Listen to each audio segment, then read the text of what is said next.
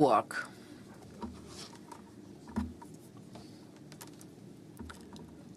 Так, а где у наш Ковальчук? So, where is Kovalchuk? Штирлиц идет по коридору. Я все понял, так сказать. Так.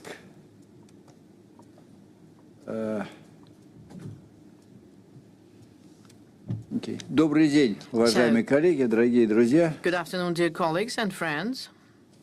Все слышат? И Can все you hear me хорошо. well? Everything is okay? Спасибо. Thank you. Уважаемые коллеги, So, dear colleagues, наша сегодняшняя our сессия today's session, в каком-то смысле in a продолжение certain вчерашней sense, is сессии, a continuation посвященной of yesterday's session системе высшего devoted to the образования. system of higher education.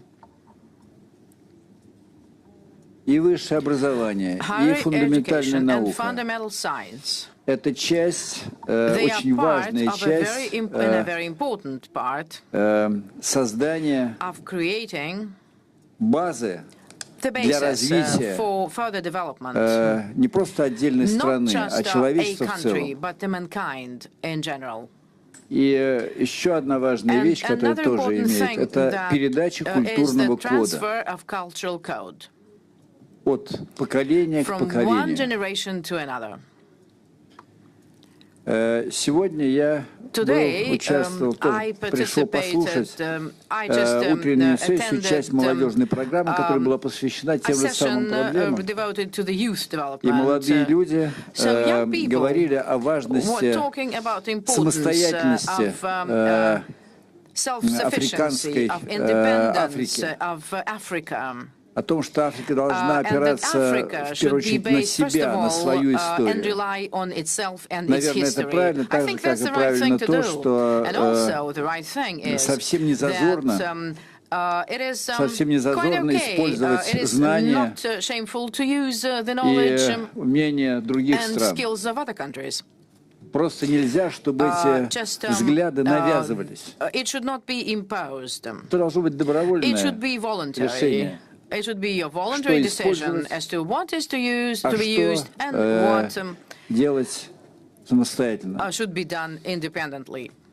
Поэтому сегодняшняя сессия наша будет посвящена именно этим вопросам создания интеллектуальной базы, фундаментальной основы для технологического суверенитета, что, наверное, очень важно для Африки как самого молодого континента на Земле. Вот. И, Денис Сергеевич, вам, первому заместителю министра образования и науки России, я передаю слово. При этом Денис, он по образованию историк, и поэтому, как мы видим, очень важно историческое сознание, историческая база для того, чтобы обсуждать любые вещи. Прошу вас. So the floor is yours. Спасибо большое, Андрей Александрович.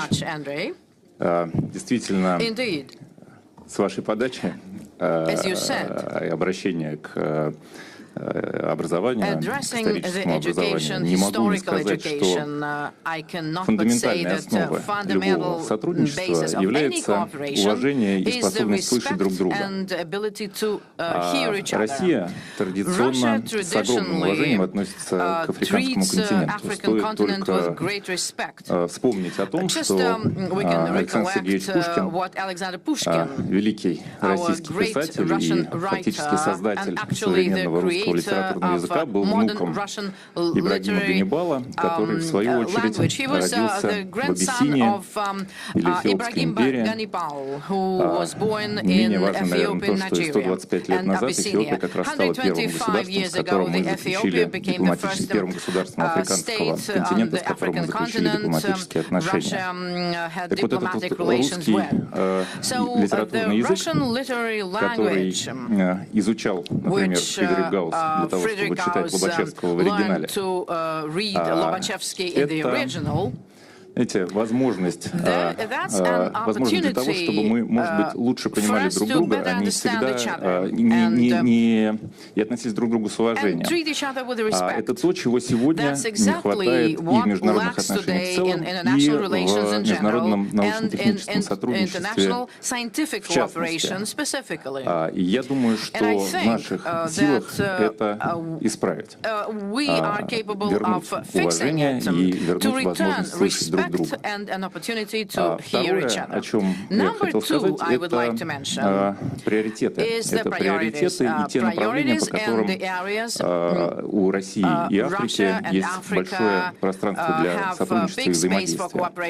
В России президентом была утверждена стратегия научно-технологического развития. Это верхнеуровневый документ, который приравнен по своему значению к стратегии национальной безопасности. Сегодня он ключевой для нас. Стратегия содержит определение больших вызовов и приоритетов научно-технологического развития, многие из которых носят на самом деле планетарный масштаб. Но в первую очередь они важны, конечно, и для России, и стран африканского континента. Это вопросы, связанные с энергетикой, с обеспечением дешевой, надежной энергии. Это вопросы, связанные с продовольственной безопасностью, водой, продуктами питания, сельским хозяйством. Это вопросы, безусловно, связанные с медициной, здравоохранением, борьбой с новыми и вновь возникающими инфекциями. Это все те направления, по которым, я думаю, у нас возможен уважительный, конструктивный диалог.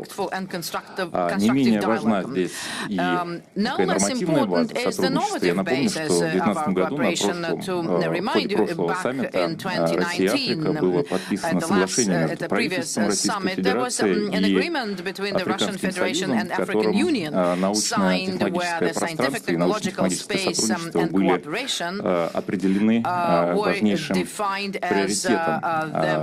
Кроме того, у нас почти чуть более 30 стран африканского континента сегодня имеют двусторонние соглашения с Россией.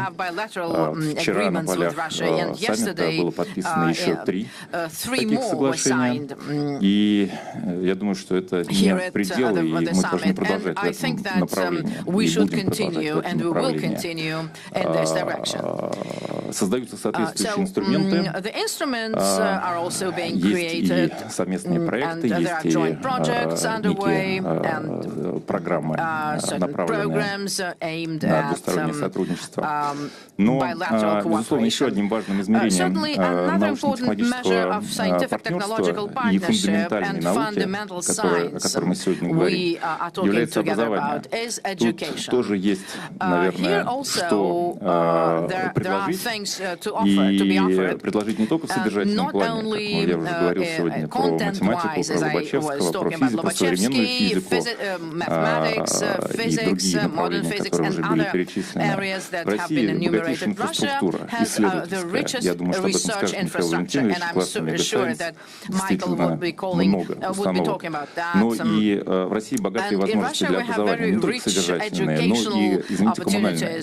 Я напомню, что по поручению президента у нас к 30 году будет построена современнейшая инфраструктура с кампусами мирового уровня. Я думаю, что они готовы будут принять большое количество студентов и студентов из Африки. И третье, о чем я хотел сказать, это важность и необходимость работы с молодежью и вообще объединения наших молодежных потенциалов, российского научного потенциала и африканского исследовательского потенциала. Молодым людям всегда проще договориться. И у нас президент также объявлено десятилетие науки и технологий, центральное место, и каждый год у нас есть такая традиция собираться в Сириусе. В этом году Конгресс молодых ученых, который собирает уже третий год более 4500 человек, молодых ребят, работающих по приоритетным направлениям развития науки, тоже scientific areas. So they will open up their doors for the participants. And I would like to invite all our friends and colleagues from the African continent to join in. Thank you very much. Thank you very much, Dennis. Thank you for being right in time-wise. And I would recall on all the participants, I am going to be sometimes impolite and maybe even cruel moderator. Please adhere to your time slots. So I will be talking about how science and education, so Minister of Zimbabwe, Mr. Marvira. So the floor is yours about your views. Thank you very much for this. This is a very important topic that we are talking about on fundamental science, the cornerstone of technological sovereignty. First of all, I want to treat the word fundamental science, which is basically the basic science that is operationalized in the language of mathematics, whether you are doing physics, biology, and so forth and so on. But I also want to talk about technological sovereignty and give a very simple concept on it and say, if you have got ants, I think there are ants everywhere on Earth, and if you disturb their nest, they will build it. If you build it, if you disturb it during the night, in the morning, there will be an anthill. And you do it again physically, there will be an anthill. If you don't do it chemically, it means they are sovereign in making their anthill.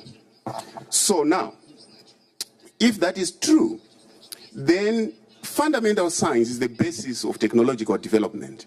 This is true. But I will say something which is very counterintuitive. And I say it depends. It depends. It depends on how it is taught. It depends on how it is delivered. I'm talking from a point of view of a former colonial country, whether the fundamental science was important for technological development. It depends on how it was taught. If it was taught for memory, it doesn't translate to technological development. It doesn't translate to sovereignty. If it's taught properly, it will translate to technological development. It will translate to everything.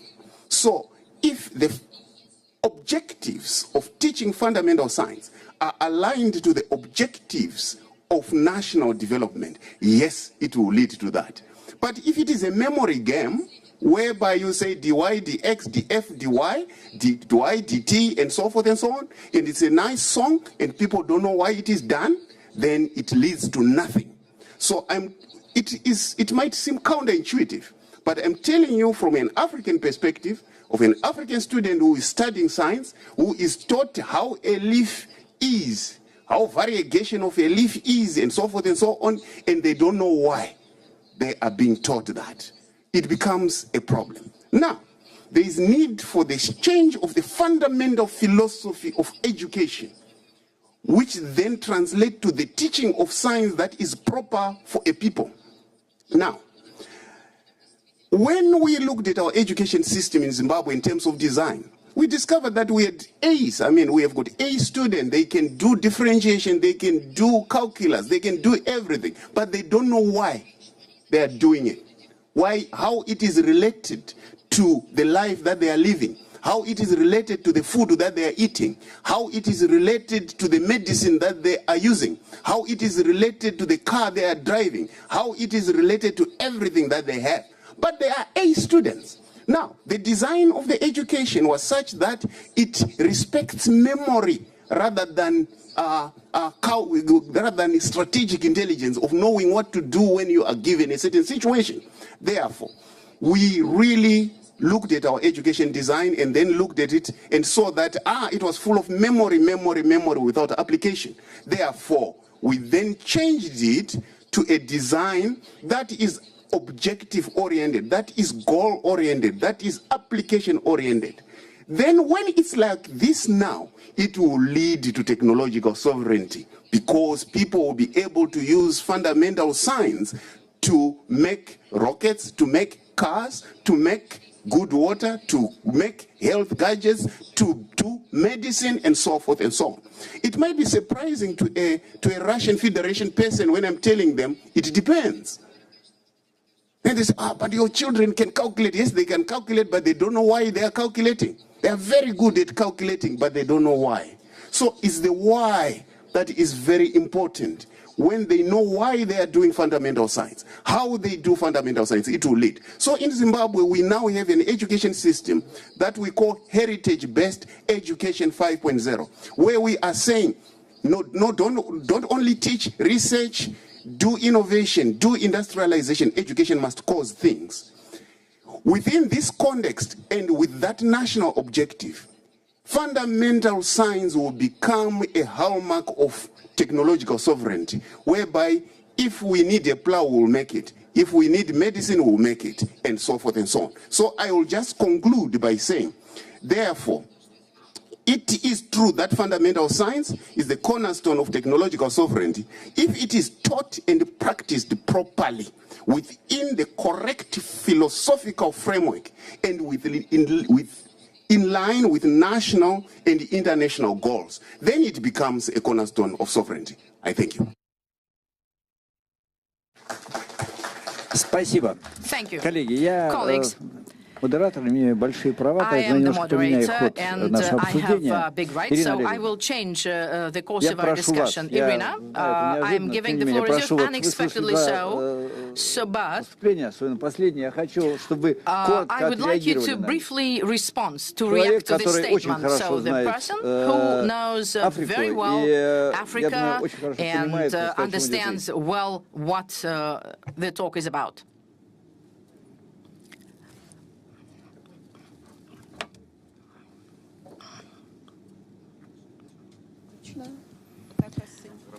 Да, спасибо.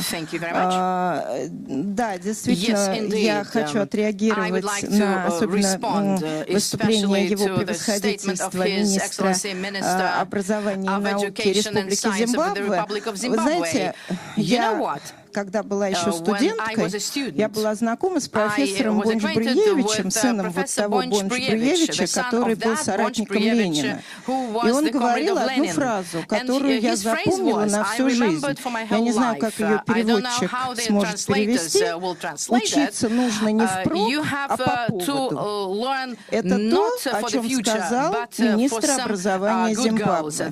Наши знания могут быть полезными не только как ну, условно говоря, деньги, которые лежат в сундуке, а деньги, которые мы во что-то инвестируем. И вот эти инвестиции должны идти в развитие хозяйства каждой конкретной страны.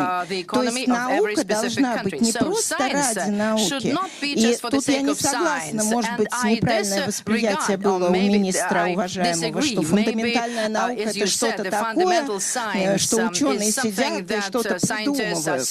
Нет. Очень важно, чтобы фундаментальная наука, то есть те знания высокого порядка, переходили в конкретные технологические решения. И вот в Советском Союзе была выстроена четкая система. Фундаментальная наука, научно-исследовательские институты, прикладные институты и конкретное производство, линия на заводе. Два средних звена были вынуты. И поэтому сейчас вынуждены мы это все восстанавливать. Спасибо. Спасибо большое. Вот мне кажется, что это очень важное добавление двум первым выступлениям. А сейчас я предлагаю сделать такую вещь. Прежде чем мы продолжим, мы сейчас высветим на экранах несколько вопросов. Я попрошу всю аудиторию каким-то образом отреагировать на них. Это вопросы Есть, да, вопросы, какие, по вашему мнению, конкретные механизмы российско-африканского взаимодействия особенно перспективны? Нам надо выбрать один из этих вопросов. Это может быть создание центра обмена научными, научно-технологическими и техническими результатами, это некое промежуточное звено, это реализация совместных научно-технических проектов, программ, и это выделение специальных грантов молодым ученым из стран Африки, которые для работы в российских университетах и научных организациях. Вот просто интересно, как отреагировать на это. Идет голосование. Вот. И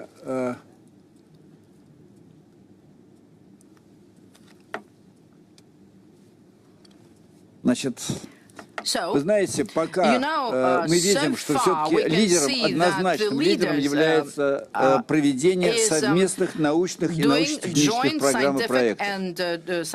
Ну, честно говоря, я тоже надеялся, что все-таки мы на первое место поставим не создание еще одной бюрократической конторы, а поставим именно вот эту вот совместные программы. По поводу грантов молодых ученых мы еще вернемся.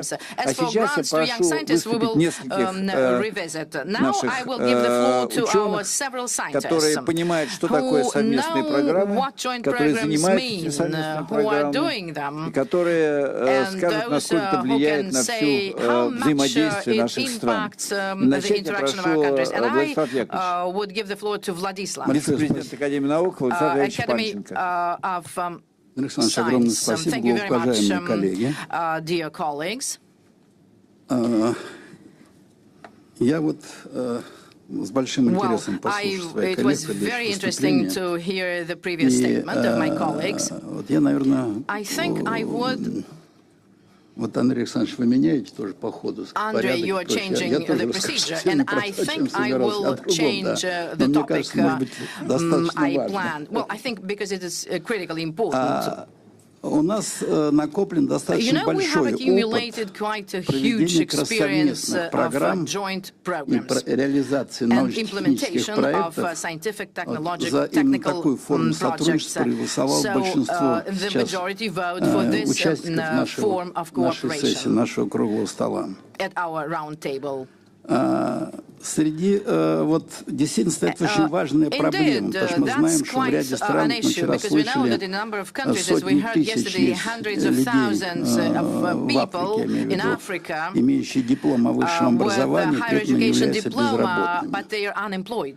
Это говорит о том, что данное образование не востребовано оказалось, данный вид образования оказался не востребованным. Поэтому главное, это чтобы для поддержания развития на определенном уровне, поддержания социально-экономического уровня в той или иной стране, необходимо изначально определить, чем заниматься, нужно определить востребованность. Поэтому мы организовываем наши совместные проекты, программы с рядом стран. Это ставили на первый момент. Я расскажу несколько слов о технологии, как мы это организовывали. Может, кому-то окажется полезным из присутствующих здесь за этим столом. Мы создавали некую комиссию из представителей двух стран. И эти представители ведущих научных организаций определяли, что же является взаимовыгодным, в чем есть совместный интерес у этих стран. После этого эксперты, профессиональные эксперты определяли конкретные работы, на которые объявлялся конкурс. Это был второй этап. И третий этап — это финансирование. Вот порядок финансирования очень сложная, деликатная проблема, поэтому мы его определяли как все с этим все были согласны, 50 на 50. При этом каждая страна платила своим ученым, а работа была общая. Я должен сказать, что конкурс был огромным. Он достигал до 8-10 предложений на место. Я также отмечу, что работы, которые вызывали, направления, которые вызывали интерес, самые разнообразные. Например, в Южноафриканской республике большой интерес вызывали вопросы, связанные с атомной энергетикой, с материалами, перспективными материалами, с астрономией. В Египте был большой целый цикл работ по фундаментальной математике современной. вот такой конкурс, он дал очень интересный результат, они все опубликованы, и они являются интеллектуальной собственностью обеих сторон, ученых с обеих стран. Вот, если говорить коротко, ясно, да, то вот мы с своей стороны, вот я рекомендовал бы начинать с таких конкурсов, совместного сближения, совместных работ, именно базовых работ, общих работ, фундаментальных работ, которые приведут, которые нужны обеим сторонам, и они приведут к развитию, поднятию общего экономического уровня страны. Спасибо. Ну, господин Оливер, это, по-моему, один из отчасти ответ на ваш вопрос, потому что на самом деле первый во главе этого в начале проекта всегда стоит, а нужно это участникам с двух сторон, нужно ли это той стране, которая, значит, участвует в этом конкурсе. На самом деле, я думаю, что мы... Давайте мы попробуем развить эту тему. Господин Ли, я попрошу вас, может быть, сказать свою точку зрения и отреагировать и на то результаты голосования, и на то, что было сказано до того, как вы до вашего выступления.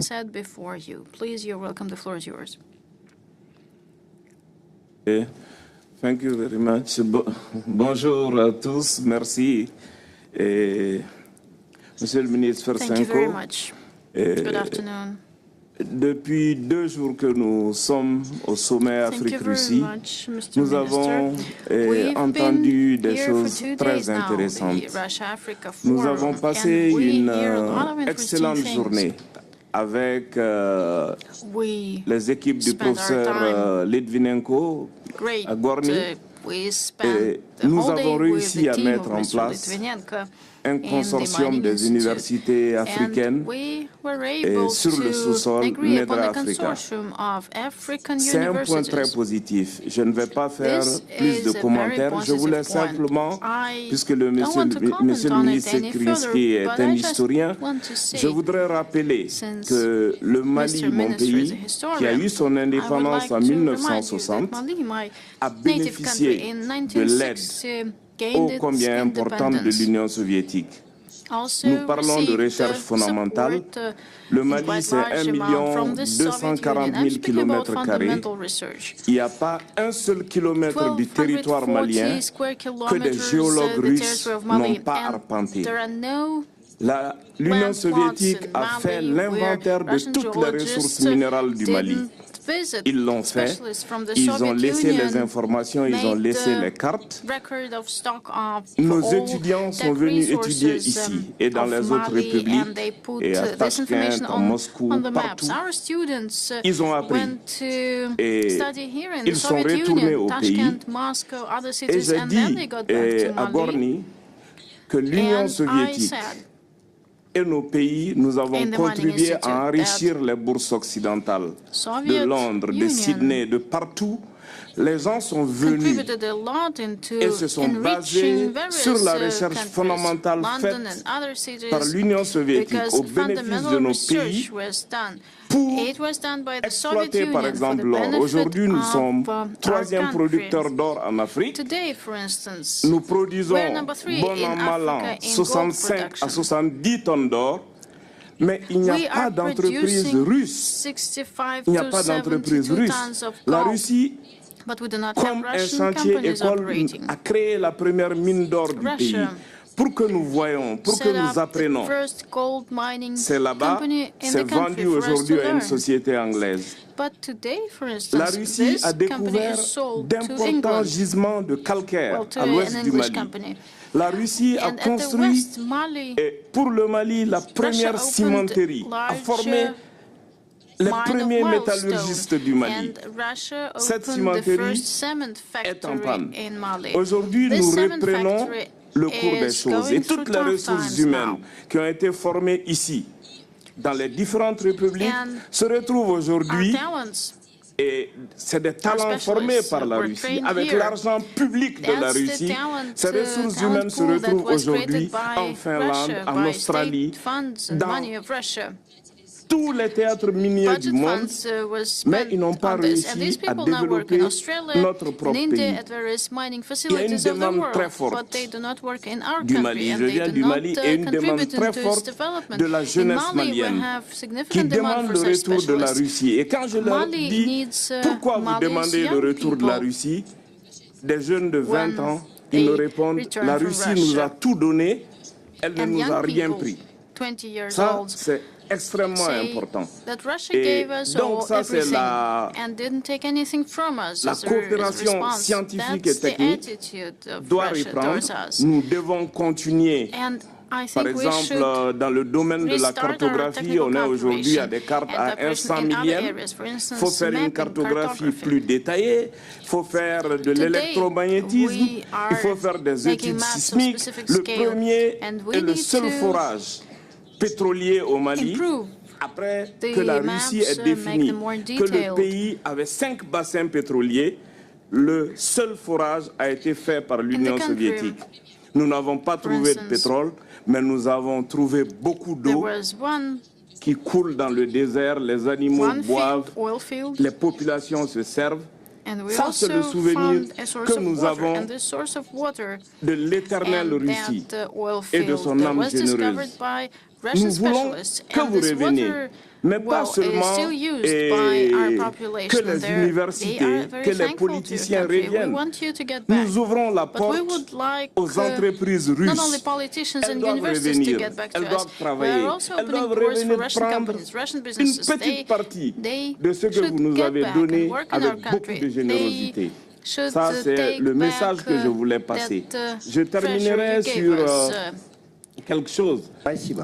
La première carte de l'acidité des sols a été faite en 1933 par le colonisateur français avec des pH de 3, 4.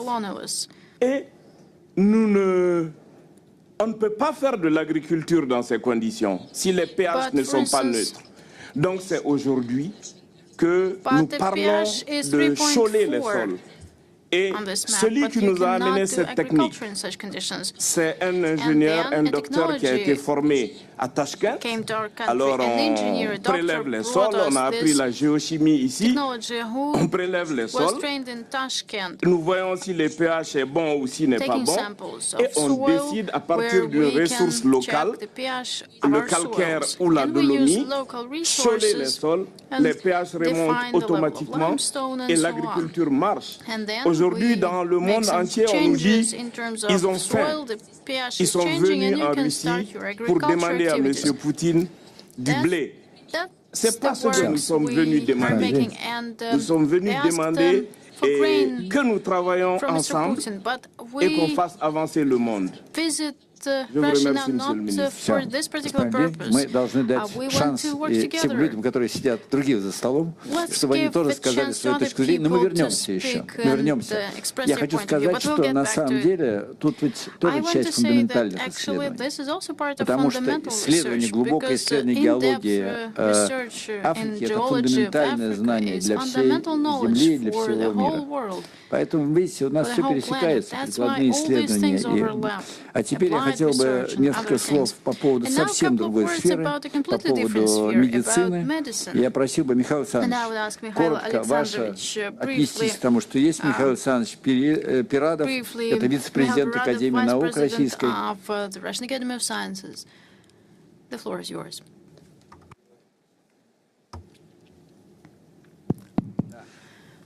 Благодарю вас, Андрей Александрович. Ну, я бы начал с такого философского вопроса. Чего хотят практически все люди на Земле? Наверное, они хотят, чтобы хорошо чувствовали себя свои близкие, их близкие, чтобы они сами были здоровы, чтобы они могли жить не просто долго, но и счастливо. А самое главное — жить и быть интеллектуально сохранными. И не случайно за последние 11 лет из 18 миллионов научных статей, которые были опубликованы в рецензируемых журналах всех стран мира, каждая третья статья была посвящена клинической медицине. В свою очередь, из этих статей подавляющее большинство, 2/3, посвящены тому, что называется науках о мозге, то есть neuroscience. Я хочу сказать, что в странах Северной Америки и Европы структура смертности от различных заболеваний, она несколько отличается от того, что происходит на африканском континенте. Нашим уважаемым гостям, конечно, это хорошо известно. Если на европейском и североамериканском континенте на первом месте стоят сердечно-сосудистые заболевания, затем идет онкология и потом идет травма, а также все остальные заболевания, то на первом месте на африканском континенте стоят инфекционные заболевания, и только после них идут онкология, инсульты, инфаркты миокарда и все остальное. И, естественно, представляется, конечно, крайне важным и для нашей страны, и для наших африканских друзей поработать над проблемой, связанной с уменьшением смертности от такого рода заболеваний. И прежде всего это можно сделать, организовав хорошие эпидемиологические исследования. Потому что эпидемиология — это ключ к принятию управленческих решений. То есть если мы четко знаем, что та или иная страна имеет определенные причины смертности, мы можем соорганизовать и скоординировать таким образом свои усилия, что в конечном счете та или иная патология, она будет уменьшаться и уходить. Но поскольку я наряду с тем, что курирую Академию России медицину, являюсь директором научного центра неврологии, меня, конечно, безусловно, очень занимают вопросы, связанные с neuroscience. Почему? Потому что такие заболевания, как болезнь Альцгеймера, деменция, другие нейродегенеративные заболевания, в связи с увеличением возраста людей, с увеличением продолжительности жизни людей, они занимают все больше и больше места. И в ближайшие 20 лет их количество будет увеличиваться уже в геометрической прогрессии. Поэтому мне хотелось предложить нашим африканским друзьям подумать над вот этими проблемами. Мы с удовольствием готовы организовать совместные исследования в этих чрезвычайно важных и нужных, я думаю, всем нам областях. Спасибо. Спасибо, Михаил Александрович. Я продолжаю. Я напоминаю, мы начали говорить о совместных работах, и поэтому мы решили все-таки, я решил дать слово для того, чтобы мы услышали о том, какие сектора могли быть интересны для нашей совместной работы. Я хочу еще раз, Арутюн Асханович, мы не трогали еще вопросы искусственного интеллекта, вопросы цифровой экономики, но сегодня это на слуху во всем мире.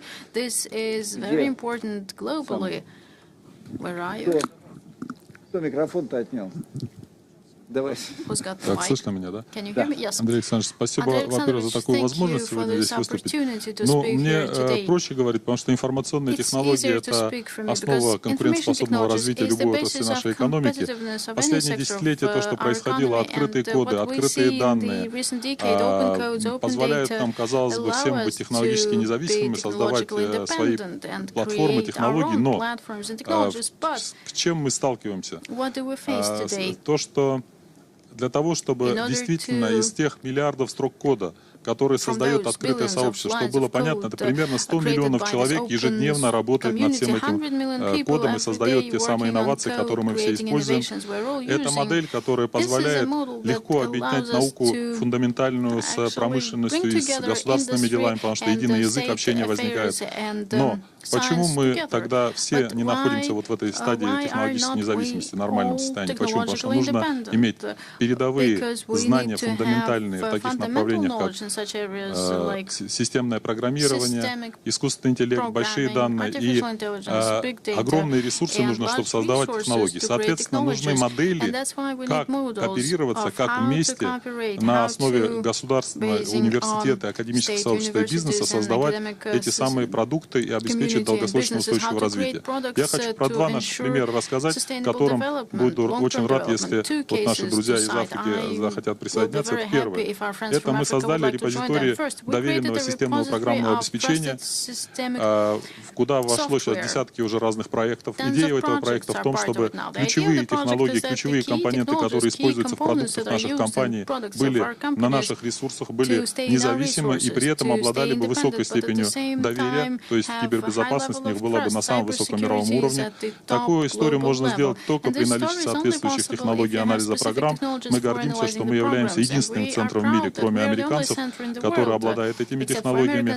Европа, Азия, все страны остальные используют американские технологии, либо наши технологии, мы на международном уровне тоже представлены. И сейчас более 50 компаний, уже десятки университетов, академическое сообщество вместе с нами вот работает над этим. И, например, для примера, в ядре Linux за последний год, вот ровно за год, найдено больше 200 уязвимостей, подготовлены патчи, они приняты международным сообществом. То есть мы остались в открытой экосистеме, технологии находятся на самом высоком уровне, при этом доверие, то, которое мы считаем нужным обеспечить нам и нашим партнерам. И второй пример, это когда платформа анализа больших данных, которая, например, мы сейчас внедряем в анализе больших данных в международных отношениях. Тоже хороший пример, когда мы вместе с МГИМО создали по решениям коллегии МИД, создали лабораторию анализа больших данных, создали магистратуру, и на базе этой платформы учим детей, которые не являются программистами, а которые должны стать аналитиками, и, соответственно, внедряем эту технологию уже через образование и с партнерами, бизнес-партнерами уже создаем продукты. Тоже пример, которому мы готовы делиться этим опытом, мы готовы вместе с вами работать. И здесь я хочу сказать, что очень важно выработать свои собственные модели долгосрочного устойчивого развития. Нельзя их напрямую скопировать. Это как демократия. Невозможно, чтобы она была одна везде. Она в каждой стране будет иметь свои нюансы. И мы готовы вместе с вами выстраивать вот такие модели, передавать не просто отдельные продукты и лицензии вам продавать, а выстраивать именно долгосрочное устойчивое развитие внутри ваших стран вместе с нами, и при этом абсолютно открытой манере, когда мы друг от друга точно так же не будем зависеть. Моя идея, что мы не собираемся стать центром мира. Мы хотим выстроить равноправное сотрудничество в мировом масштабе, и при этом, чтобы никакая страна отдельно взятая не могла никакие ограничения на наши ресурсы тоже прикладывать. Вот такая идея. Короткий такой 3-5-минутном разговоре все нельзя рассказать. Если будет интересно, всегда готов поделиться дальше. Спасибо. Спасибо большое. Я хочу сказать, что наша задача не сделать полноценный доклад. Мы не можем обеспечить. Но мне кажется, очень важно, что звучат месседжи, которые, значит, информация к размышлению, как говорится. Вот. И я хотел бы попросить, до того, как мы сделаем еще один кружок обобщения, еще представитель еще одного направления, которое является тоже очень важным, о котором уже как-то сбоку сказали, вот когда господин Ли говорил по поводу того, что как важно понять вообще качество почвы, что можно сделать с почвами, как это можно приспособить для сельского хозяйства, как это можно приспособить для нормальной жизни. Вот у нас есть направление, которое очень активно этим занимается, бизнес занимается, это вопросы, связанные с удобрениями. И с нами первый заместитель генерального директора компании «Фосагро».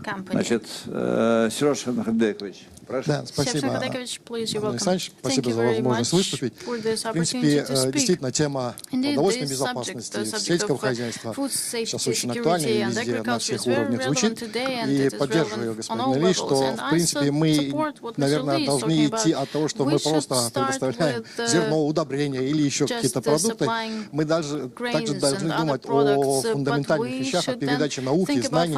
И слава богу, как мы вчера на нашей сессии говорили про продовольственную безопасность, что у России есть чем делиться в этой части. У нас в группе компаний есть институт, которому почти 100 лет, который занимался еще созданием минеральных удобрений в Советском Союзе, сейчас активно развивается. И у нас есть, одним из первых с Академией наук мы заключили соглашение о том, чтобы на базе Тимирязевского института создать вот этот весь накопленный опыт, собрать в одном месте и попробовать его как-то делать доступным для фермеров, потому что сельское хозяйство, фермерство очень сильно развивается, и в Российской Федерации, особенно за последние 10 лет, в этой части огромный прорыв. И вот вчера буквально запустили нашу платформу про агролекториум, где собраны лучшие лекции на самые актуальные темы, самые передовые технологии, потому что в сельском хозяйстве переход от того, что называют smart farming, высокоэффективное управление земельным хозяйством. Ну и то, что про почву, буквально два слова. У нас есть огромный проект с ФАО, с Международной организацией по продовольствию и сельского хозяйства ООН, где мы помогаем африканскому региону, особенно в части программы Афролаб, создание лабораторий почвенных, потому что здесь коллеги очень много говорили про устойчивое развитие. Если говорить об устойчивом сельском хозяйстве, то действительно одним из основных проблем является именно деградация почв. И у нас огромная программа по созданию сети лабораторий, где это все сходится и предлагается конкретные решения. А также последнее хотел сказать про инновационные удобрения, потому что у нас в сегодняшний день, если мы 20 лет назад выпускали 5 видов удобрения, на сегодняшний день у нас в портфеле 57, и часть из них действительно они подобраны таким образом, что учитывает климатический состав почвы, и они предлагают конкретные решения для конкретного урожая, конкретного региона. И у нас активная работа, и сегодня мы вот как раз с Ириной Олеговной были на панельной сессии по гуманитарной помощи. Мы тоже договорились, что мы максимально подключаемся для того, чтобы распространить на больше стран в африканском континенте, потому что точка роста, я думаю, что для мира это Африка, население максимально будет расти. И вчера мы тоже, Александр, вы у нас участвовали на сессии, что мы сошлись с того, что Африка не только может прокормить себя, может и быть экспортером по части нескольких видов продовольствия, поэтому мы готовы к этому подключиться, подключить всех наших партнеров. Еще раз спасибо большое Академии наук Тимирязевской и всем коллегам за то, что дают возможность нам заниматься устойчивым развитием и гуманитарной миссией прокормить население, которое к 2050 году будет почти 10 миллиардов. Спасибо. Коллеги, вот мы послушали примеры довольно большого количества направлений, в которых могли бы быть вместе. Но любое занятие наукой, будь то наука прикладная, будь то наука фундаментальная, они требуют инфраструктуру. Вот. И я предлагаю еще раз проголосовать. Вот. Какие, по вашему мнению, направления развития исследовательской инфраструктуры между Россией и странами Африки наиболее перспективны? Это проведение научных исследований и разработок учеными стран Африки на объектах российской исследовательской инфраструктуры, то есть здесь, в России. Это открытие подразделения российских вузов и академических институтов в странах Африки. Или это создание совместных с российскими университетами, с научными институтами, промышленными партнерами, лабораторий в африканских университетах, научных институтах. Вот посмотрим.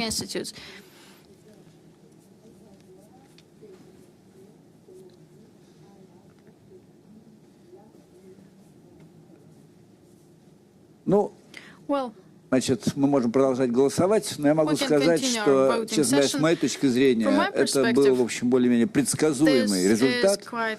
И я не голосовал, я не могу одновременно голосовать и говорить, еще и пытаться модерировать. Но я проголосовал так же, как проголосовало большинство. Вот. Давайте продолжим наше обсуждение с учетом того, что было сказано. И давайте попросим... Значит, господин Твей, может быть, вы соотнесетесь в том числе с результатами голосования и с тем, что уже до этого было сказано. Что вы думаете на эту тему? Как вы проголосовали? Как бы вы проголосовали?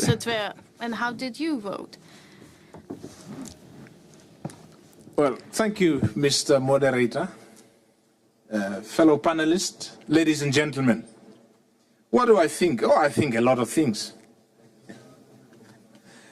Now the topic is fundamentals. Всего можно думать много всего, но иметь в виду только 5 минут. Well, a lot of things is good, but we have 5 minutes for a speech. Yes, I shall confine myself to the 5 minutes and allow more time for questions and engagement.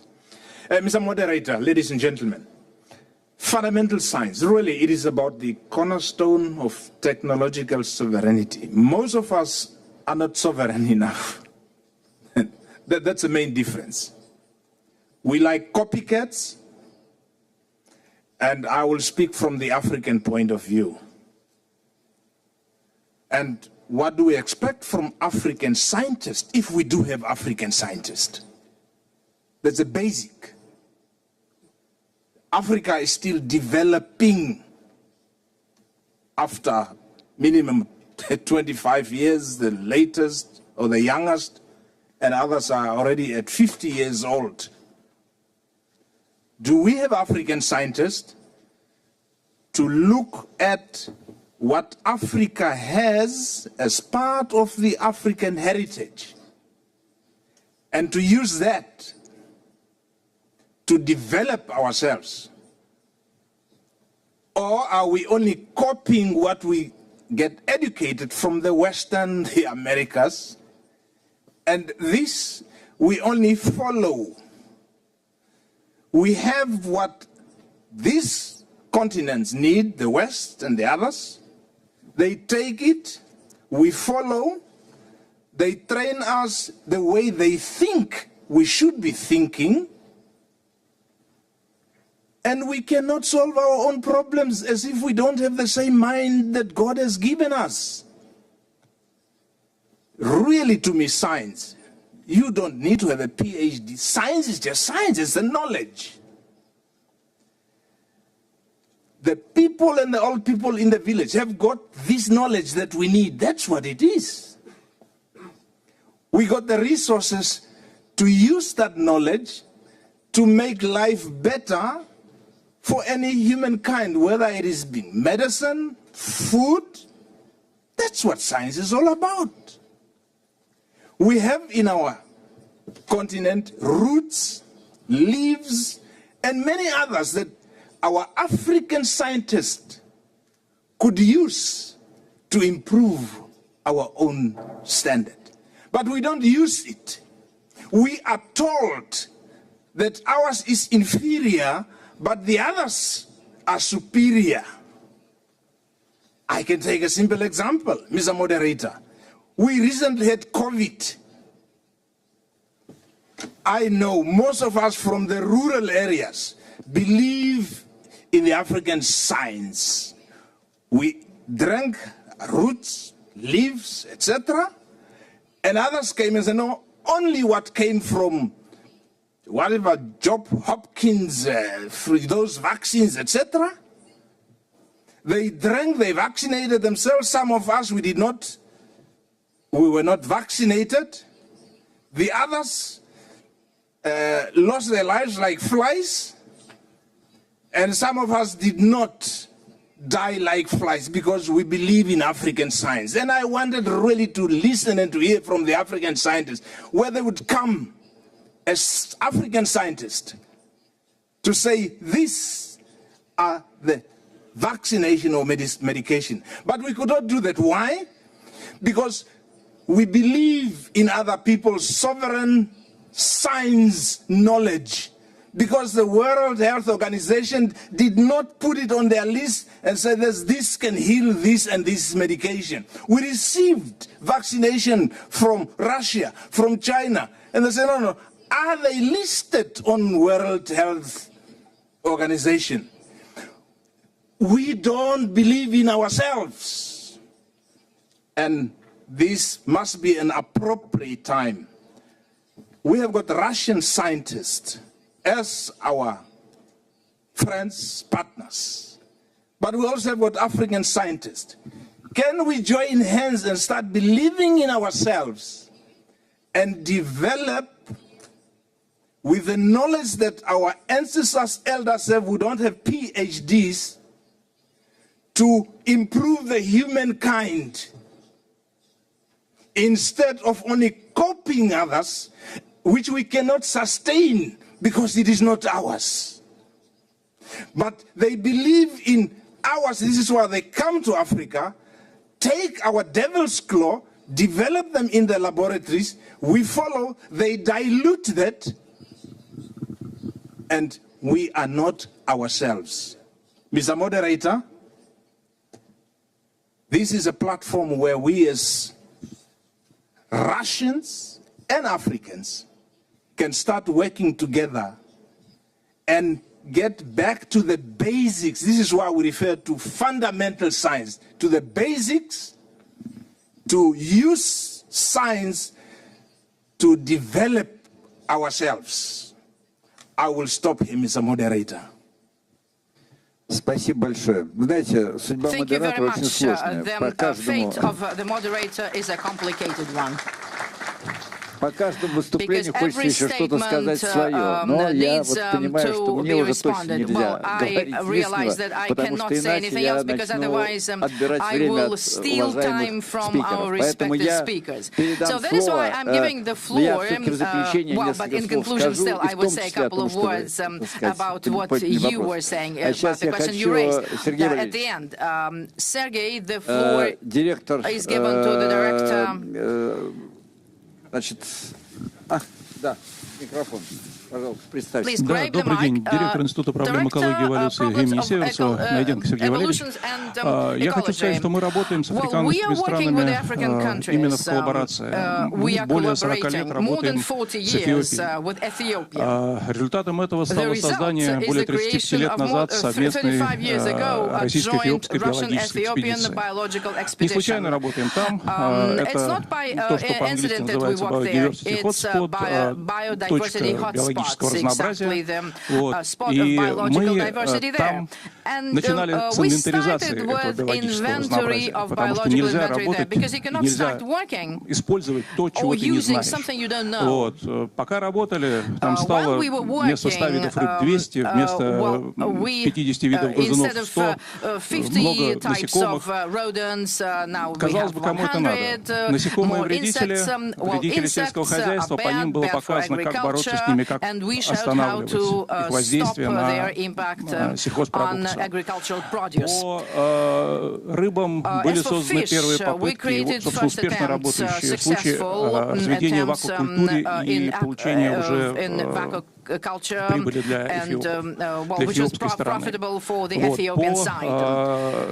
По тем же грызунам уникальная вещь, на самом деле, получилась в Эфиопии. Есть такая болезнь лихорадка Ласса, разносимая ареновирусами и очень опасная для Западной Африки. Оказалось, что в Эфиопии много крыс, много видов крыс, которые ее переносят, и каждый из них обладает специфическим ареновирусом, который может быть опасен для человека. То есть вот эта работа, она велась систематически на протяжении 35 лет с привлечением эфиопских специалистов в Россию, защитой даже и тех же PhD. И сейчас результатом этой работы стало то, что вчера было подписано межправительственное соглашение о создании в Эфиопии совместного российско-эфиопского биологического центра. Вот. Это очень такой, на мой взгляд, значимая вещь. Вот. При активном участии Российской академии наук. Вот. Теперь работа будет продолжена, будет формироваться оборудование уже в Эфиопии, работать будет проще там. Вот. И работа будет идти и по новым направлениям. То, что делается сейчас, это и изучение патогенов, паразитов, и способы борьбы с ними. Это то, что называется biological rescue, genetic rescue, это сохранение биоразнообразия на территории Эфиопии. Спасибо вам. Спасибо вам. Ну, поскольку мы затронули вопросы экологии, вот, экология имеет огромное количество оттенков, то я попросил бы господина Амаджа, который тоже занимается экологией, also involved in Amaje, and his institution is doing it. So please, the African position, that's exactly what we wanted from two sides, to have a look at the problems and to understand how to better do it, to take into account the experience of both countries. The floor is yours. Thank you very much, the moderator. It's a very great joy for me to be here and to participate in this wonderful and exciting discussion. I want to ask all of us here, close your eyes and imagine a world without Africa. Just for 2 seconds. What world do you see? You see, the moderator did it. What world do you see? Нет такого мира. No world like that. No world like that. Thank you very much. So we are here this moment talking about an imperative, which is the presence and ongoing survival and sustainability of the continent called Africa. Mr. Moderator, you started by telling us that you listened to young Africans, and we're talking about the need for self-reliance. What those young people were talking about was actually captured more beautifully for me by Mr. Putin in the pre-summit message he gave, I think about 4 or 5 days ago, when he talks about the African solutions to African problems as a principle that Russia is committed to. I do believe that a critical strategy to achieve that vision of Africans providing solutions to their own problems is what we're talking about today, technological sovereignty. The rector of the mining university, St. Petersburg here, has clearly defined for us what this sovereignty is all about. He talked about supremacy of knowledge, autonomy of operations, and independence of application. So we are talking about technological sovereignty that allows Africans to draw on several aspects of life, whether it is ecology, whether it is medicine, whether it is forestry, to be able to service the world and improve the humanity of everyone. What is the driver?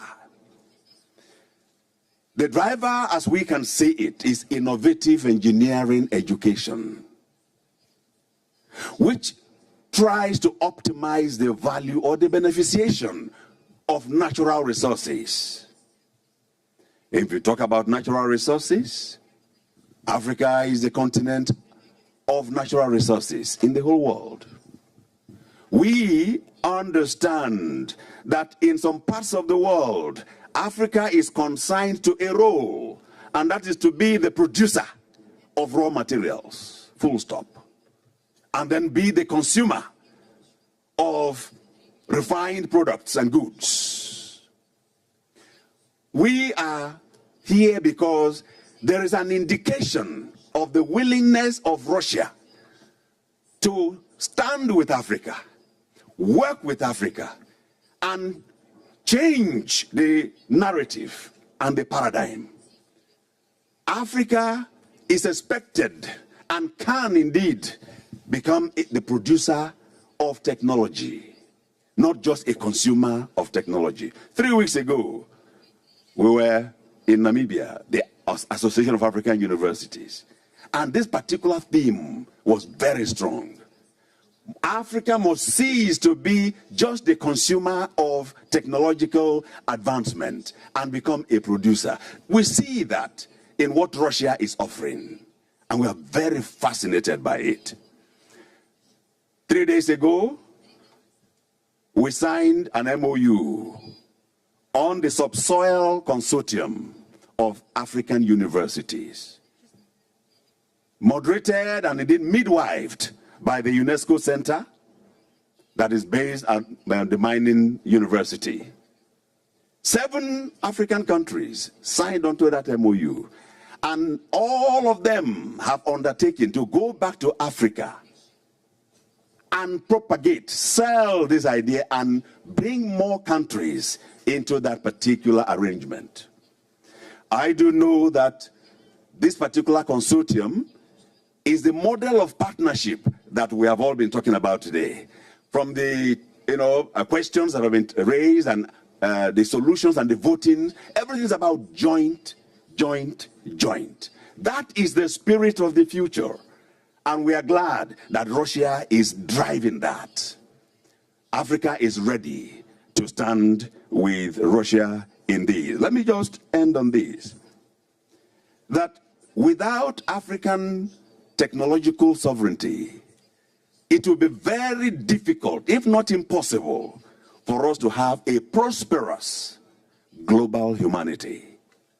And so, once again, I want to join my views, my thoughts, to the rest of you to say that the time has come for Africa, working hand in hand in partnership with Russian friends, brothers, and sisters, to be able to run together and win together for a better world. Thank you very much. Спасибо. Thank you. Мы движемся к концу нашего running стола. Нас to the end of точно не our хватает времени на все, на то, and что we хотелось don't have бы enough сказать, time обсудить. to what we really wanted to discuss, but that we are here to identify problems. Алексей Анатольевич, Alexei, несколько слов по поводу того, значит, поскольку мы говорим про экологию, мы говорим про значимость Африки для всего мира, я думаю, вот, может быть, именно об этом вы скажете несколько слов. Да, уважаемые коллеги, проблема сегодня звучала и вчера — зерно и удобрения. Значит, если не будет зерна, не будет жизни, если не будет удобрений, тоже не будет зерна. Поэтому вот в этом аспекте важнейшее значение для сохранения, тут многие говорили о почвах, должны применяться удобрения, должно исследоваться содержание их в почве. Важное значение имеет обеспечение вот положительного баланса элементов питания. Вот мы все время берем, но мало туда вкладываем. И вот учеными Российской академии наук разработаны новые направления. Вот у меня коллега с Фосагра, значит, есть новые направления, когда на минеральные удобрения наносятся биопрепараты, и они увеличивают коэффициент использования элементов питания из удобрений. Если сейчас если мы тонну, например, фосфорных удобрений 20-30%, остальное не используется. Азотные удобрения тоже используются максимум на 50%, остальное улетает в воздух. И вот здесь важное значение могут играть биопрепараты, дополнительный источник фиксации азота из атмосферы. Наши институты, вот здесь сидят тоже коллеги, проводили исследования в африканских странах, в частности Замбии, которые показали очень хорошие результаты. И еще на чем бы я хотел остановиться — подготовка научных кадров. Вот сейчас многие аспиранты в университетах зачисляются, я имею в виду по аграрным наукам, но у них нет базы, чтобы проводить эксперименты. То есть это на голой земле. И для того, чтобы готовить кандидатов и докторов наук для африканских стран, нужно использовать базу академических институтов. Но вот я конкретный пример, в ближайшее время у меня защищаться вот аспирант как раз из африканской страны. Спасибо большое. Спасибо. Вы видите, что мы все-таки не уходим в чистую, так сказать, абстракцию, мы все время стараемся сохранять связь в обсуждениях с реальными потребностями и реальными запросами. И мы еще вернемся к этому в заключительных словах. А сейчас, господин Ачев, я просил бы вас, так сказать, мы уже близко к концу, отнестись к тому, что уже было сказано, и высказать какие-то соображения по поводу того, что вы считаете важным, в том числе для подготовки кадров и для всех этих задач. Experts training. Mr. Moderator, if I told you that I killed an elephant, you'll probably believe me, no? Mr. Moderator, if I told you I killed an elephant, I shot and killed an elephant, you will believe me. But if I told you that I carried the elephant on my shoulder and brought it home, definitely you will not believe me. If I pour hot water on you, it will burn you, not so. But if I pour hot water on your house, nothing will happen to the house. So the situation we find ourselves is a flux. Ну вы же не собираетесь этого делать, я надеюсь. I hope you're not going to do it. Not with the elephant, not with myself. So the situation we find ourselves is a state of flux, a state whereby elements in our local and global relationships have been structured by a sense of history. Happy Mr. Dennis is a historian, and I'm also a historian, and that history comes to play a lot in terms of the nature and character of how we contextualize international partnerships and relationships. And the beauty about what is going on here is to attempt a resetting of that global context and see how we can also reset the scenario, especially for our young people. I work with the Committee of Vice Chancellors of Nigerian Universities, so we deal with over 2.6 million Nigerian students. And the fact of the matter is that their worldview, the curriculum, their global insights is targeted towards the West. So if you ask an IT student on simple applications, his mind goes to certification by Google, certification by Microsoft, certification by all these Western solution providers. If you don't have those certifications, nobody's going to give you a job.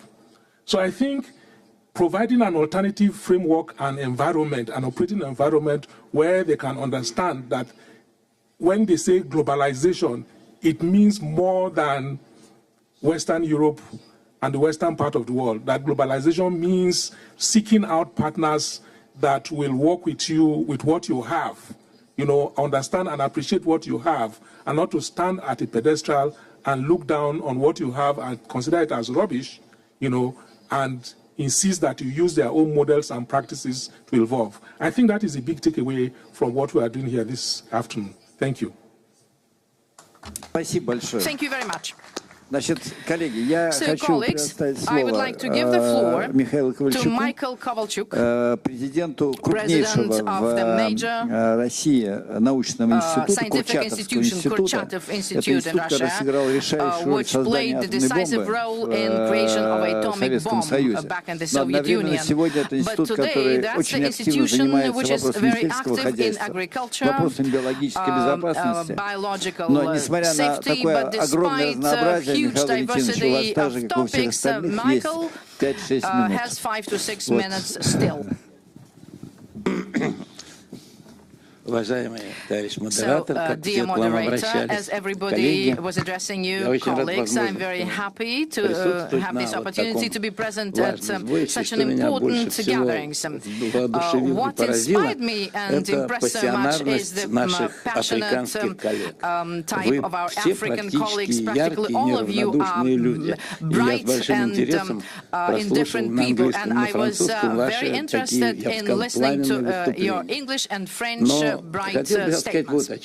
But I wanted to say that the first speaker, Mr. Bavira, was talking about the technological sovereignty. And the question here is that technological sovereignty is a very subtle thing. The basics is the fundamental knowledge. Just to clarify in a simple example, in the Soviet Union, which you mentioned today, talking about Mali, our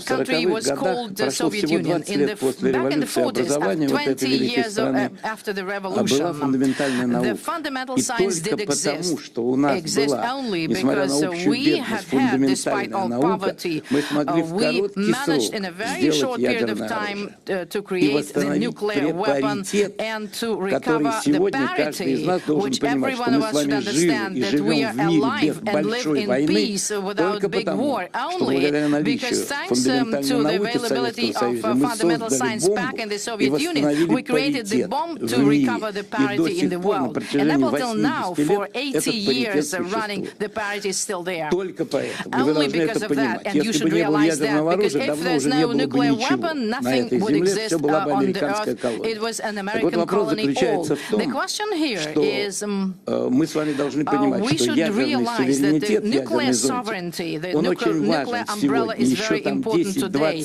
лет он нам 10-20 поможет. years Но ahead it will help us. расправиться со всеми, не ядерным, а биологическим оружием, мы с вами But to должны use отчетливо это biological понимать. weapons, we should А это realize that продовольственная they can do безопасность в it with первую очередь, biological weapons. лекарственная, It's медицинская, то, о чем говорили. medical, it's food И вот сегодня есть safety, две and it's also опасности. Есть two hazards киберопасность. today: cyber Это threat, which микроэлектроника is и microelectronics компьютерные and вычисления. И computer второе киберопасность, с ней очень просто. Вы должны отчетливо понимать, что внедрение электронных вычислительных технологий — это расслоение мира на богатых и бедных, на богатых энергетических. Но что такое искусственный интеллект? Это чистая сублимированная электроэнергия. Больше ничего. Сегодня 30% мирового выработки энергии идет только на поддержание сетей,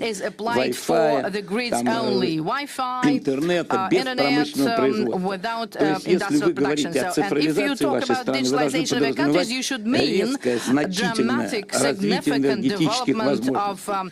Это первое. Те, кто не могут это сделать, уже оказываются на обочине. Но киберопасность, даже если вы имеете энергию, вы стали на чужие технологии вычислительные, и там есть опасность, вы выключили рубильник электрический, и этой опасности больше нет. А с биологической опасностью так поступить нельзя.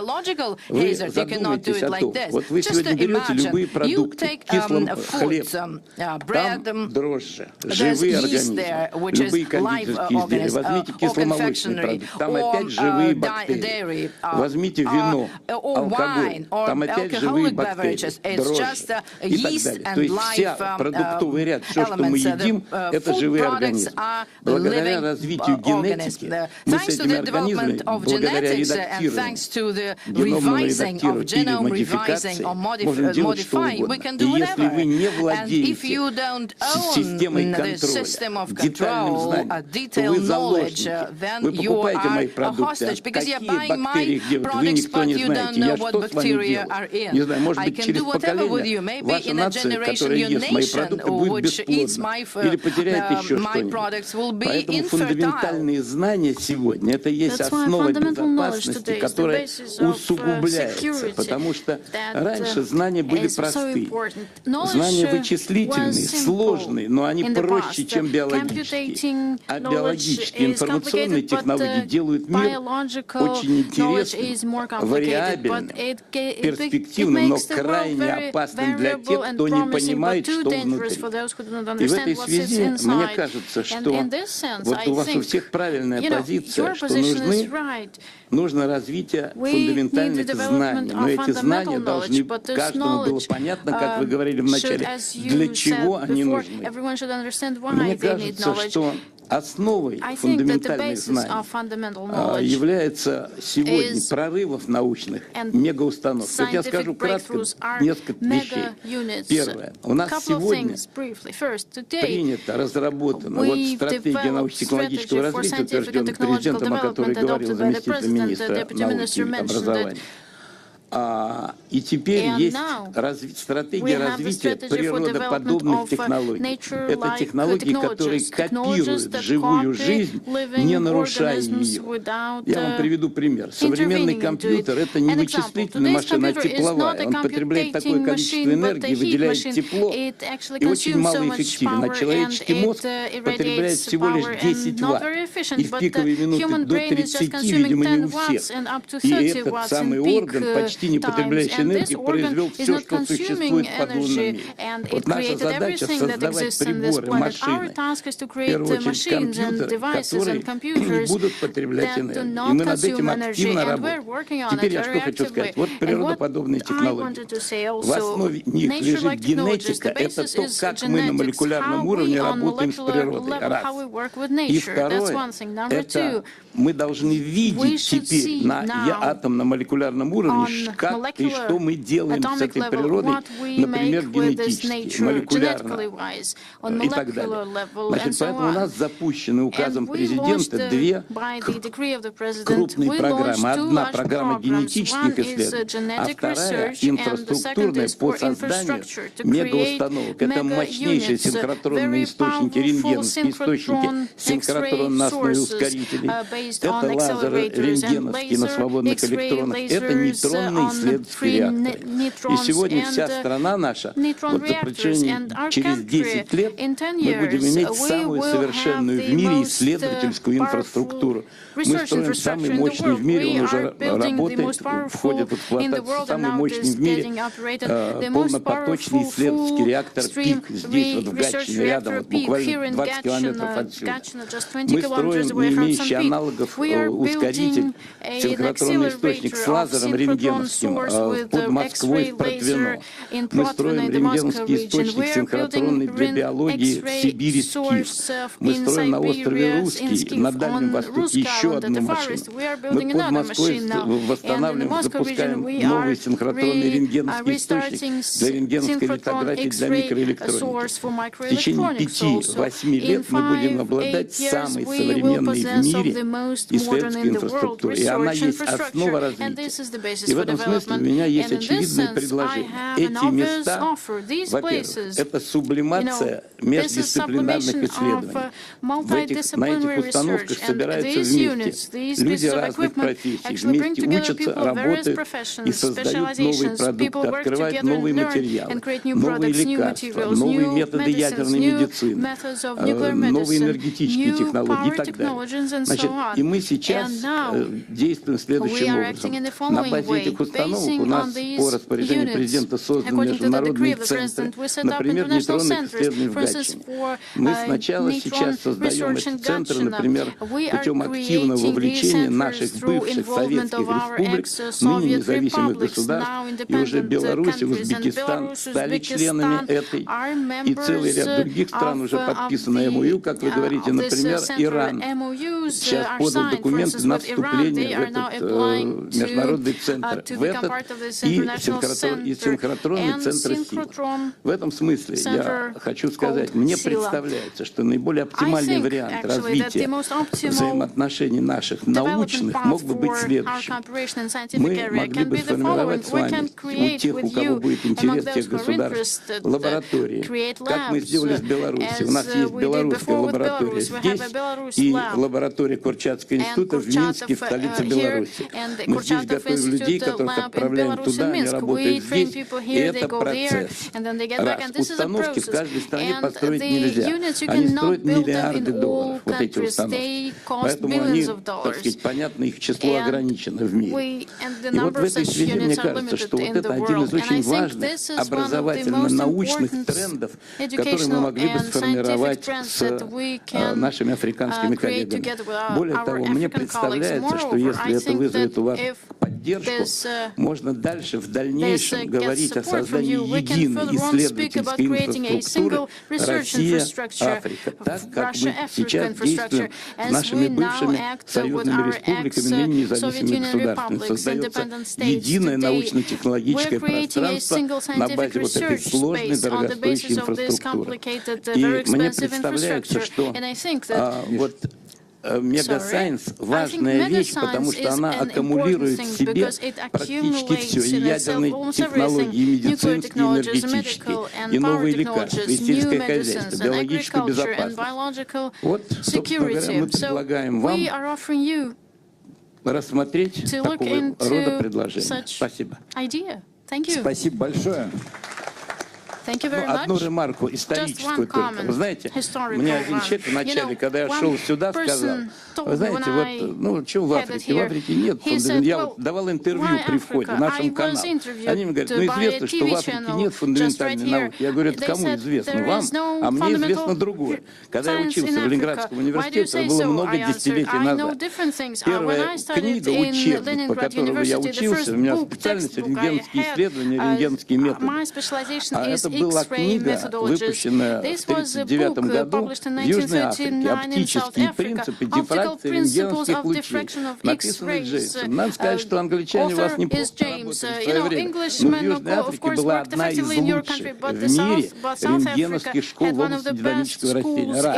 Второе. Несколько лет назад в ЮНЕСКО, вот я там выступал, было 50 лет Международного союза кристаллографов. И там отдельные были доклады о том, как развивается кристаллография кристаллография в на африканском континенте. Там тоже серьезные успехи, хорошая инфраструктура. И я это хорошо знаю, не понаслышке. Поэтому я желаю вам успеха и думаю, что если мы найдем возможность объединить усилия, у нас, как вы правильно сказали, run together to win together. Let's go ahead. Спасибо. Thank you. Вот. Ну, значит, по старой дружбе я не мог совсем жестко обращаться с Михаилом Валентиновичем. Вот. Поэтому лишние, 3 минуты. Господин министр, я прошу вас, министр науки и технологий Мозамбик, я прошу вас, все-таки у нас начинал круглый стол представитель России, а я хотел бы, чтобы завершал нашу дискуссию представитель Африки. Sim, primeiro, muito obrigado pela oportunidade de estar aqui. First of all, I would like to say thank you very much for this opportunity to be here today. O primeiro pressuposto fundamental, penso que é a ideia de que, através das ciências fundamentais, nós podemos dar a oportunidade de África e do mundo em geral de incrementar a produção, de incrementar soluções científicas que possam dar o progresso à nossa humanidade. O segundo pressuposto é a ideia de que nós precisamos, em África em particular, o envolvimento dos pesquisadores de África e no Moçambique em particular, com os pesquisadores da Rússia, de modo a fortificar o nosso sistema de ciência, tecnologia e inovação. O terceiro pressuposto, no meu entender, é a ideia de que a colaboração, a cooperação no domínio da ciência, tecnologia e inovação deve ser feita na perspectiva de gerar resultados em benefício mútuo de diferentes países, no caso em particular, países de África e da Rússia. E tendo em conta toda uma abordagem que foi feita neste painel, penso que ficou claro que existem premissas também essenciais, ou condições essenciais, para nós termos uma forte relação entre a Rússia e a África. E creio que a condição, diria que temos 3 condições fundamentais. A primeira condição tem a ver com o desenvolvimento da infraestrutura de ciência, tecnologia e inovação. E fico satisfeito de ver que há representantes de centros de pesquisa, da academia, de laboratórios, e que nessa base, se nós queremos uma África que está dentro do progresso das ciências básicas, nós temos que contar com a colaboração da Rússia para o desenvolvimento da nossa infraestrutura de ciência, tecnologia e inovação em áreas muito prioritárias, como seja a agricultura, agroprocessamento, ciência da saúde, a ecologia e demais áreas essenciais. E nós, como africanos, precisamos de fazer isso. O segundo elemento que acho que vi e podemos observar como um potencial que a Rússia tem a ver com o desenvolvimento do capital humano. E esta foi uma das questões que foi levantada sobre como é que nós podemos desenvolver especialistas, ter especialistas nas ciências fundamentais. E creio que, em relação a isso, nós temos que desenvolver ações de formação dos africanos em ciências básicas, quer ao nível de instituições de investigação científica e instituições de ensino superior que estão na Rússia, mas também em colaboração com a Rússia, formar no terreno, em África. E, por outro lado, há a formação pelo trabalho conjunto, que tem que ser feito entre pesquisadores, especialistas russos com os especialistas da nossa África. E esse trabalho conjunto, creio que vai acrescentar valor às competências que os africanos têm. Então, nós estamos esperançosos de que a possibilidade do estabelecimento de redes de pesquisa entre investigadores russos e investigadores africanos, no caso de Moçambique, possa dar a oportunidade a fortificar as nossas competências para nós podermos, digamos, competir neste panorama do desenvolvimento de soluções científicas que possam ser adequadas para o progresso da ciência, por um lado, e também para o progresso dos nossos países. E depois, também gostaria de me referir que também as discussões que aqui foram apresentadas, temos um terceiro elemento importante para o incremento da nossa parceria no domínio da ciência, tecnologia e inovação, que tem a ver com a necessidade da internacionalização da nossa investigação científica. E creio que as potencialidades também da Rússia, da África que nós temos que caminhar nessa direção da internacionalização. E um dos palestrantes aqui afirmava que temos 18 milhões de comunicações, um terço das quais tem a ver com neurociências. Estes resultados de investigação que já existem e vão ser cada vez mais produzidos têm que ser partilhados com pesquisadores africanos. É importante que as pesquisas de África também sejam partilhadas com pesquisadores da Rússia. E por outro lado, considerando as grandes limitações da África em termos de mobilização de financiamento para a investigação, eu entendo que neste esforço da internacionalização da investigação científica, um dos vetores com que juntos devemos trabalhar é a mobilização de recursos através de projetos de investigação conjuntos. Gostei da experiência de ecologia desenvolvida pelo centro ali do professor, juntamente com o Egito. Esta é uma boa experiência. Trabalharam juntos num projeto e imagino que estão a trabalhar juntos na mobilização de recursos através daquilo que devem ser as instituições de financiamento à investigação.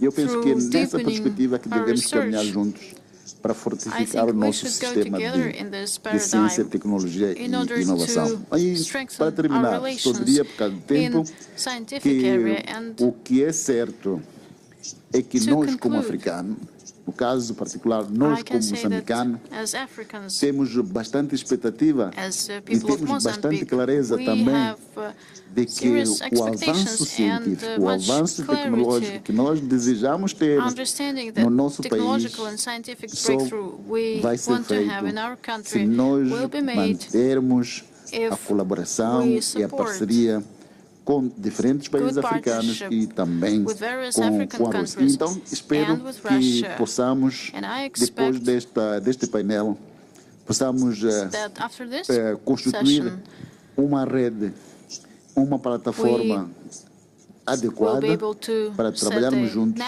na fortificação dos nossos sistemas de ciência e tecnologia e inovação e não continuarmos a trabalhar de forma isolada, quer dentro da África, quer na relação entre a África com a Rússia. Muito obrigado pela oportunidade.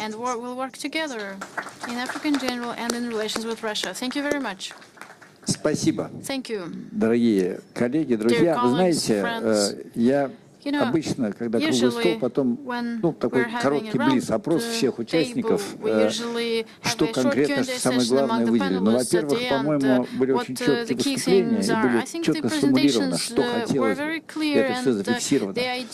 А во-вторых, два последних выступления, они были некие обобщающие, по-моему, и господина Ковальчука, и господина Николая, чтобы что и куда надо двигаться. Поэтому я, тем более, что мы уложились во время, но времени больше нету, но я хотел бы, как модератор, имею право на минуту завершить наш вопрос. Во-первых, спасибо огромное всем докладчикам, всем участникам дискуссии. По-моему, мы точно следовали теме нашего круглого стола. Вот. in a very Вы effective знаете, manner. господин Амаджи сказал, что на минуту представьте мир без Африки, да? Вот. Но я думаю, что точно так же невозможно представить мир без России. Вот. И в этом смысле мы, сопоставимы как партнеры. И не надо представлять, зачем нам такой мир без Африки, без России. Мы живем в этом мире, и мы им довольны. И если кто-то недоволен, то пусть он без себя представляет мир, не без нас.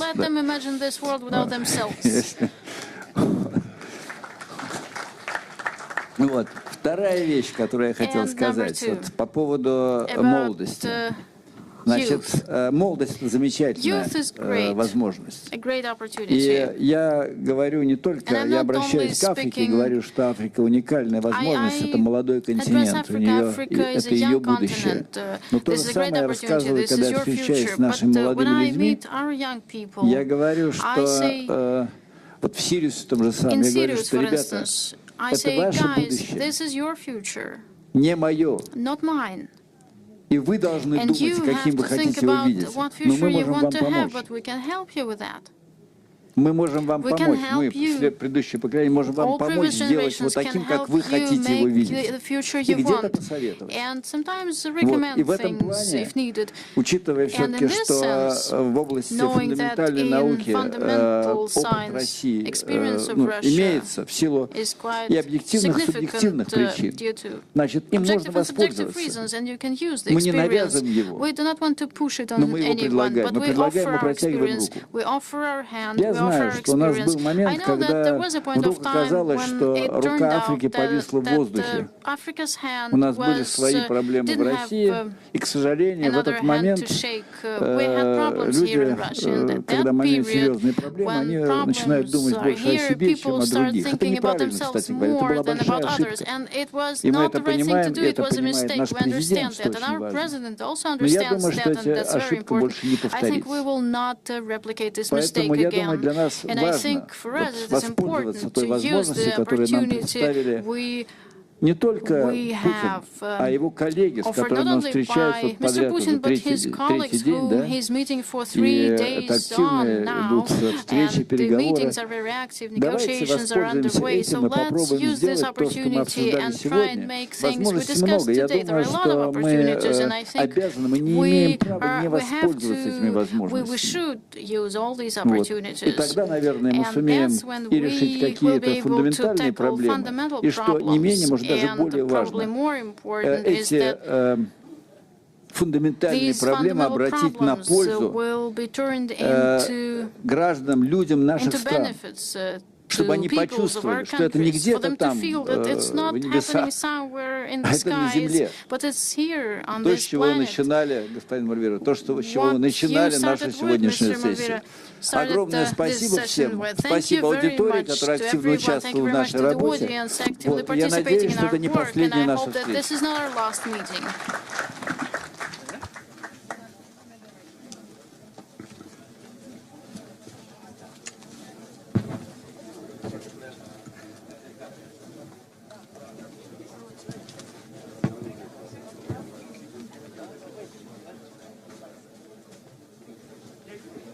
Здравствуйте. Конечно.